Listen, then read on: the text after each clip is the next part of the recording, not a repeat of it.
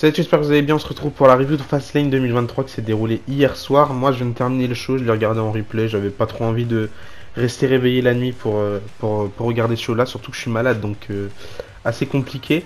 Mais en tout cas, je pense que le show, dans sa globalité, il était ok. Il était pas incroyable, il était pas non plus nul.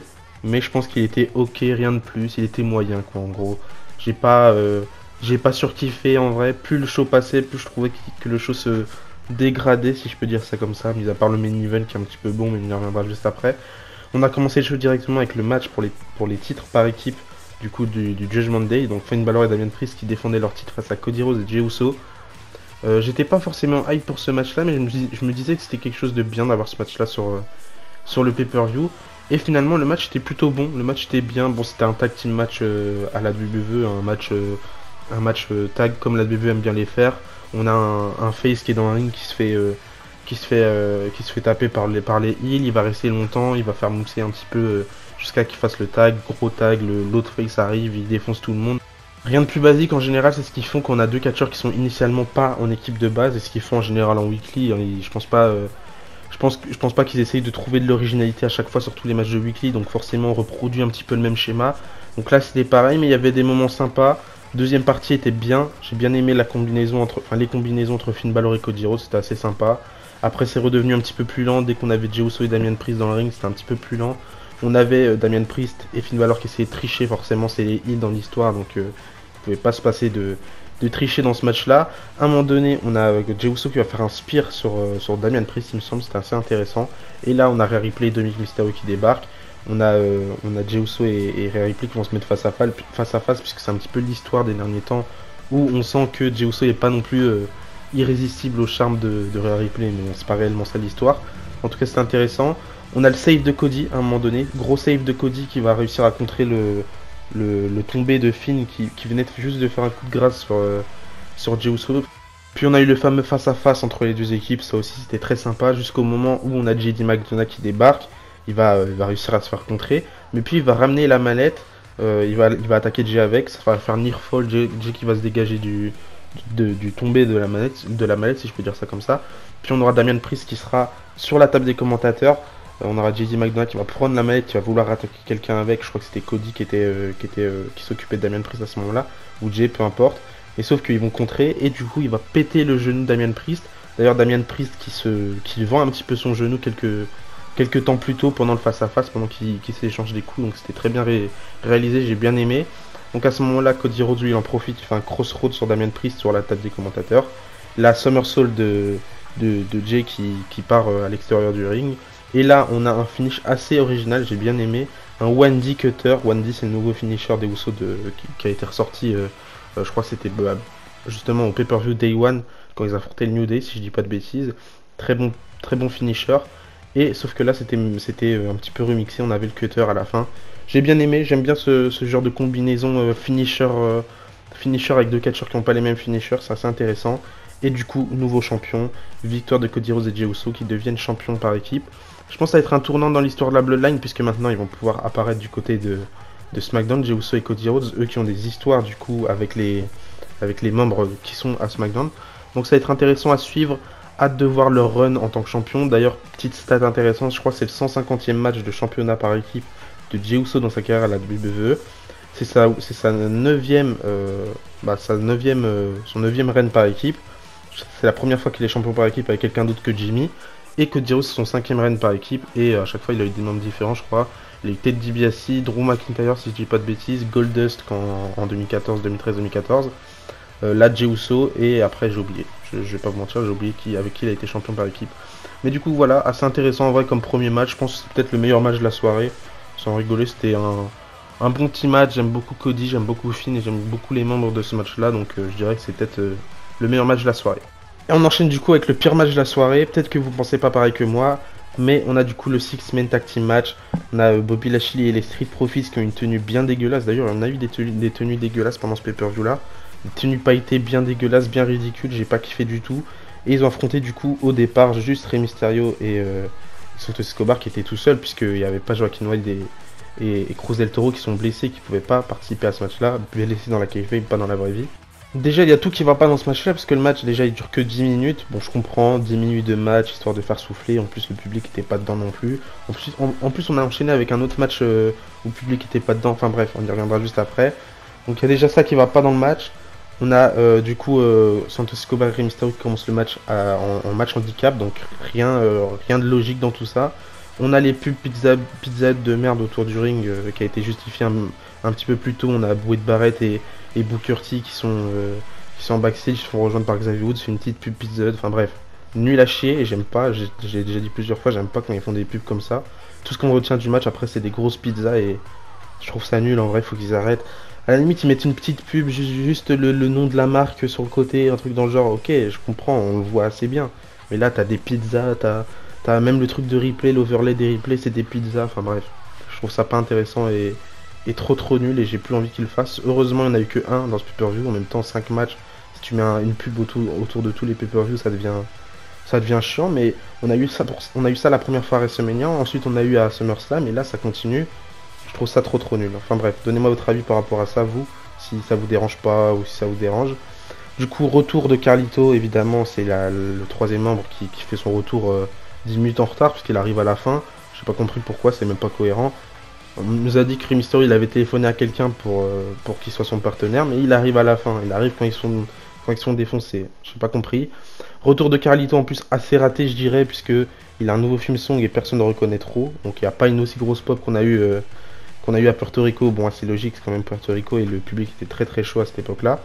Mais là, y a personne qui a reconnu le film song de Carlito. Si on voyait pas Carlito, j'aurais pas deviné que c'était lui. Donc, nouveau film song, il fait son retour. Et à mon avis, il va faire partie du roster de SmackDown. Je crois même que ça a été officialisé par les sites de news. Et du coup, voilà, après le retour de Carlito, ça dure pas très longtemps. Carlito qui va mettre un backstabber, je crois, sur Angelo Dawkins, si je dis pas de bêtises. Évidemment, de toute façon, quand il faut faire le tomber sur quelqu'un, ce sera bien évidemment Angelo Dawkins. Et du coup, victoire de LWO. Donne la victoire à LWO. Ça va être compliqué pour le Hurt Business 2.0 à sortir de tout ça. Mais à mon avis, ça va peut-être les aider à se construire encore un petit peu plus fort. Mais si tu continues avec des tenues pailletées, à mon avis, tu seras pas très crédible. Et du coup, voilà. Ensuite, petite pause, on nous remonte un truc qui s'est passé dans le kick-off. Jade Cargill qui était dans le parking et qui s'est fait rejoindre par Triple H. Triple H qui l'accompagne. Ils mettent tout pour Jade Cargill et ça fait plaisir. J'ai trouvé ça hyper intéressant. D'ailleurs, la réaction de Booker T en kick-off quand il voit Jade Cargill, c'était très marrant. J'ai bien aimé. Et j'ai hâte de voir quel sera son premier programme. C'est la première fois qu'on la voit en live à la télévision de WWE, donc hâte de voir. Ensuite, on a eu le triple threat match entre Io Sky, du coup la championne qui défendait son titre, face à Charlotte Flair et face à Asuka. Je vais dire que le match, il y avait de bonnes idées, il y avait de très bonnes idées même, mais c'était très mal réalisé. 17 minutes de match, le public était pas dedans déjà premièrement. À mon avis, ils étaient endormis du match juste avant, ils étaient pas du tout dedans. Mis à part au début où Io Sky était très over, le public a scandé le nom d'Io Sky qui est la heel dans l'histoire, alors qu'il y avait Charlotte Flair et Asuka dans le ring en même temps. Donc très bien réalisé de la part de Io Sky. En plus, il y a des rumeurs qui disent que la WWE est à fond derrière Io Sky, donc j'espère que ça va continuer. Mais il y a pas mal de choses qui m'ont énervé, surtout à la fin, vous le verrez. Mais à part ça, je trouve que le match était bien, du moins il y avait de bonnes idées, mis à part le début où c'est toujours construction basique, des triple straight match à la WWE où on a toujours un des catcheurs du match ou catcheuse du match qui va faire dodo dehors pendant que les deux s'affrontent. Et ça s'est passé au début du coup avec Asuka qui va mettre son mist sur Charlotte Flair qui va se faire nettoyer les yeux par une arbitre à côté du match. Ensuite elle va revenir, ensuite on aura Charlotte Flair qui va prendre l'avantage sur les deux, on aura Asuka et Io Sky qui vont un petit peu combiner pour s'attaquer à Charlotte Flair. Donc c'est un petit peu Charlotte Flair le main truc du match, mais mis à part ça je trouve que il y a trop d'idées qui ont été mal réalisées. Le caméraman qui filmait pas trop bien, des prises qui n'étaient pas très bien réalisées. J'ai trouvé qu'il y a pas mal de choses qui ont été mal réalisées et c'est un petit peu dommage parce que le match en vrai, comme je l'ai dit, il y avait de très bonnes idées et ça aurait pu rendre un petit peu mieux, mais mis à part ça, le match restait quand même plutôt bien, je dirais. À la fin du match, on a évidemment Charlotte Flair qui fait sa figure 8 sur Asuka pendant que Bayley elle est venue rejoindre Io Sky. D'ailleurs, Io Sky avait dit en kick-off qu'elle voulait ni Bayley ni Dakota Kai à ses côtés, elle voulait faire les choses elle-même. Donc on sent que Io Sky peut-être petit à petit elle redevient la face qu'elle était auparavant. Bon, auparavant ça n'a pas duré très longtemps. Mais en tout cas, elle voulait agir de la bonne manière. Mais on a quand même Bayley qui débarque. Elle va malheureusement porter préjudice, si je peux dire ça comme ça, à Io Sky, mais elle va se rattraper du coup, en portant l'attention vers elle de l'arbitre. Et à ce moment-là, pendant le figure 8, on aura Io Sky qui va monter, elle va faire son moonsault sur Charlotte Flair. D'ailleurs, Asuka qui tape avant que Io Sky fasse son moonsault, encore une fois une bonne manière que la WWE a trouvé pour garder forte Charlotte Flair. Je trouve ça ridicule et inintéressant et inutile surtout, t'as pas besoin de le faire. À un moment donné, faut lâcher le truc, faut passer à autre chose, faut faire autre chose, mais la WWE lâche pas. Je suis loin d'être déçu par le fait que Charlotte Flair soit toujours impliqué dans des matchs de championnat. Moi, ça me dérange pas du tout. Ça peut aider d'autres catcheurs à être over ou à pousser d'autres catcheuses en contrepartie. Mais là, le fait de rendre Charlotte Flair forte, garder Charlotte Flair forte sur le tombé pour trouver une manière de justifier le fait que Charlotte Flair elle prend le tombé, je trouve ça ridicule. Faut lâcher prise, faut passer à autre chose. Et je pense qu'une victoire clean de Io Sky sur Charlotte Flair, ça aurait fait de mal à personne. Et encore moins à Charlotte Flair qui a fait son temps. Elle a eu ses 14 titres. Elle allait avoir son 15e. À un moment donné, il faut passer à autre chose. Et ça m'a. C'est la seule chose, je dirais, du match qui m'a un petit peu déçu, mis à part le fait que tout en globalité n'était pas très bien réalisé. Mais du coup, voilà. Ensuite, avant-dernier match, tag team match, du coup. John Cena et LA Knight qui ont affronté du coup Sikoa et Jin Uso. Je pensais que ça allait être le main event, il y avait pas mal de rumeurs qui disaient que ça allait être le main event.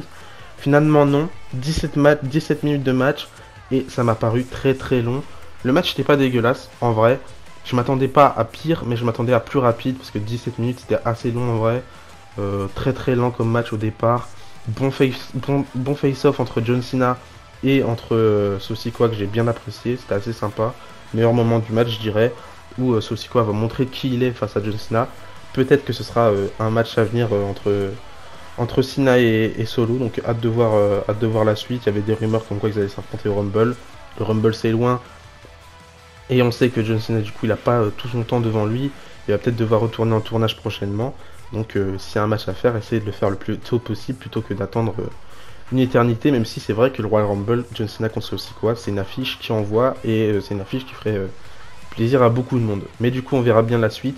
Ensuite, le match s'enchaînait. J'ai pas retenu grand chose de ce match-là. Il n'y avait pas une construction de fou, que ce soit dans le in-ring ou dans les histoires. Déjà, Roman Reigns n'était pas présent. La seule chose qui a construit un petit peu la suite et qui va construire un petit peu l'histoire par la suite, c'est le finish, puisque John Cena et LA Knight, j'allais dire AJ Styles, ont remporté le match. Donc, victoire des Faces. Et à mon avis, ça va faire crier quand Roman Reigns va faire son retour cette semaine à SmackDown. Donc on verra bien. Je pense pas que c'est fini avec John Cena. Je pense qu'il va être encore présent ces prochaines semaines. D'ailleurs, il y a des rumeurs qui disent qu'en novembre, John Cena pourrait faire appel à un ami très proche. Et là, on pense tous à Randy Orton évidemment. Donc à voir. Mais ce match-là m'a pas surpris du tout et ça m'a pas plus intéressé que ça. Et ensuite, du coup, on a eu le main event, Shinsuke Nakamura contre Seth Rollins. Seth Rollins qui défend son titre poids lourd face à Shinsuke dans un last man standing match. Alors, c'est dur en vrai. Déjà, premièrement, je suis pas fan de la stipulation. La semaine standing, je suis pas fan du tout. J'aimais bien quand j'étais plus petit. C'était assez drôle de voir. Enfin, pas assez drôle, mais c'était assez sympa de. Ce truc que tu gagnes seulement si la personne reste 10 secondes au sol. Ça rajoute un petit truc intéressant. Plus le temps passe, moins j'aime cette stipulation qui est pas très crédible en vrai. Mais bon, ça reste du catch évidemment. Mais à part ça.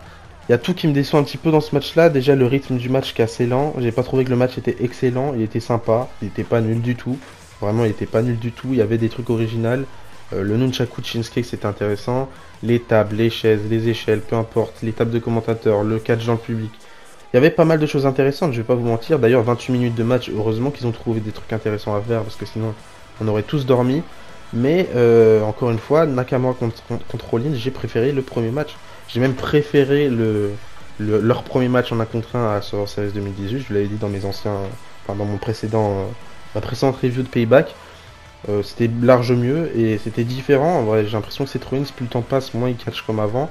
À l'époque 2015, avant qu'il se blesse au genou, où il bougeait comme Rey Mysterio à la limite, Seth Rollins. Là, c'est bien plus lent, c'est plus trop le Rollins qu'on connaît. Après, ça me dérange pas non plus. Le catch un petit peu méthodique, le catch un petit peu plus réfléchi me dérange pas plus que ça non plus. Mais j'en aurais espéré mieux en vrai. La semaine standing, c'était peut-être pas la stipulation adéquate pour ce genre de match. Mais je trouve que le match a manqué de beaucoup de choses en vrai dans sa globalité. C'est un petit peu dommage. Surtout le finish en plus, parce que Nakamura il va perdre le titre. Enfin, il va perdre le titre, il va perdre son opportunité. Seth Rollins va conserver d'une manière clean mais tout en gardant Shinsuke protégé. C'est toujours ça qui m'énerve en vrai, la WWE. Peu importe le résultat, peu importe qui t'as en face, toujours trouver un moyen de protéger le mec en face. C'est frustrant parce que de temps en temps ça peut bien fonctionner, mais là, comme ça a été fait et comme tout ça, ça a été fait tout au long du pay-per-view, c'était raté, je trouve. Là, on a Rollins et Nakamura qui se battent dans le public, qui sont au-dessus d'un truc. On a Rollins qui commence par faire un pedigree sur Nakamura. Ensuite, il enchaîne avec son curb stomp, mais Nakamura se relève avant le compte de 10, donc très bien protégé à ce moment-là, Nakamura. Sauf qu'il enchaîne avec un Falcon Arrow sur une table ou sur peu importe, sur un bout de carton en dessous du public. Et à ce moment-là, Nakamura va pas se relever, mais Rollins va se relever. Donc finalement, victoire de Rollins qui conserve son titre, mais Nakamura est protégé. J'ai pas l'impression que ça va continuer par la suite, on verra bien ce qui va se passer à Raw. Mais je pense qu'ils ont loupé l'opportunité avec Nakamura. J'ai vu un petit peu ce qui s'est passé en conférence de presse juste après le show. On a Triple H qui félicite Nakamura, il dit que ça a toujours été le Nakamura qu'il a voulu avoir à la WWE, et là c'est pleinement ce qu'il a. Il dit qu'il espère que ça va continuer, qu'il espère que ça va continuer de fonctionner. Mais à mon avis, si tu fais pas les choses... si tu fais pas les choses toi pour que ça fonctionnera pas. Même si ça fonctionne très bien, et je pense que c'est Nakamura qui carry un petit peu la feud entre Nakamura et Rollins. Si tu mets pas les bons résultats, si tu mets pas les bonnes, si tu mets pas les formes, tout simplement, ça va pas fonctionner. Et là, si tu continues pas de faire les choses avec Nakamura, bah ça fonctionnera pas. Et puis le personnage de Rollins, c'est un peu frustrant. Vous savez très bien, je suis un très grand fan de Rollins, mais ce personnage-là de Seth Rollins, je le déteste, j'aime pas du tout. Et c'est juste la musique de Rollins, honnêtement, qui rend Rollins over. Je peux pas dire que c'est le personnage de Rollins, que c'est la manière dont Rollins catch qui le rend over actuellement. Là, c'est pleinement juste son film song et personne l'avoue malheureusement. Il n'y a pas grand chose qui rend Rollins over actuellement, et même s'il est très très over, et j'apprécie que les gens l'apprécient, hein, je demande pas aux gens de pas l'apprécier, mais je trouve qu'il n'y a pas assez de matière autour de Seth Rollins pour que ce soit si intéressant que ça. La suite, ça va être quoi si Nakamura est pas là? Il va affronter Ricochet en weekly, on sait que Ricochet l'attend, et la WWE va jamais donner un match à Ricochet en pay-per-view.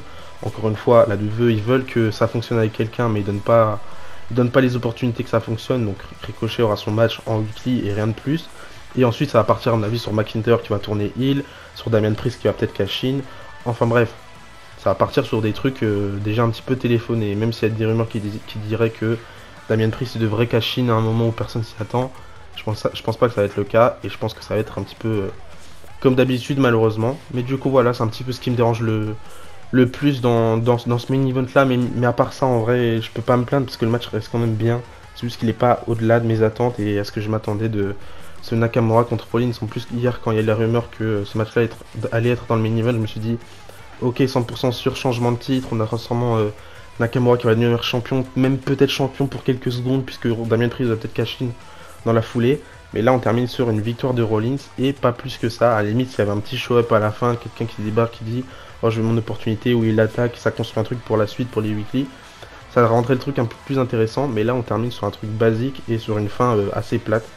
Je sais pas si vous partagez le même avis que moi, et si vous ne partagez pas, je comprends totalement. Hein, on perçoit les choses chacun comme on perçoit. Mais en tout cas, voilà, c'était un petit peu mon avis tout autour de ce pay-per-view là. Je trouve que c'était le strict minimum, mais sans plus, sans petit coup de folie, sans rien d'intéressant quoi.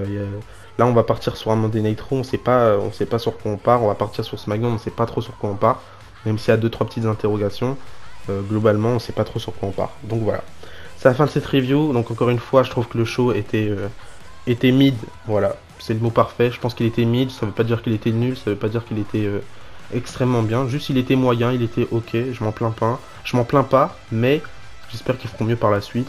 Et on va dire que c'était justifié par le fait que ce soit un petit pay-per-view de transition. Mais du coup voilà, donnez-moi vous votre avis par rapport à ce pay-per-view dans les commentaires. D'ici là, on se retrouve du coup mardi pour ma review de Raw, et on arrive très prochainement à Crown Jewel qui aura lieu le 4 novembre d'ailleurs. Et ensuite on va enchaîner avec Survivor Series qui risque d'être très très intéressant. Donc voilà, d'ici là je vous dis à la prochaine, n'oubliez pas, tant que le catch à sport. Bisous bisous.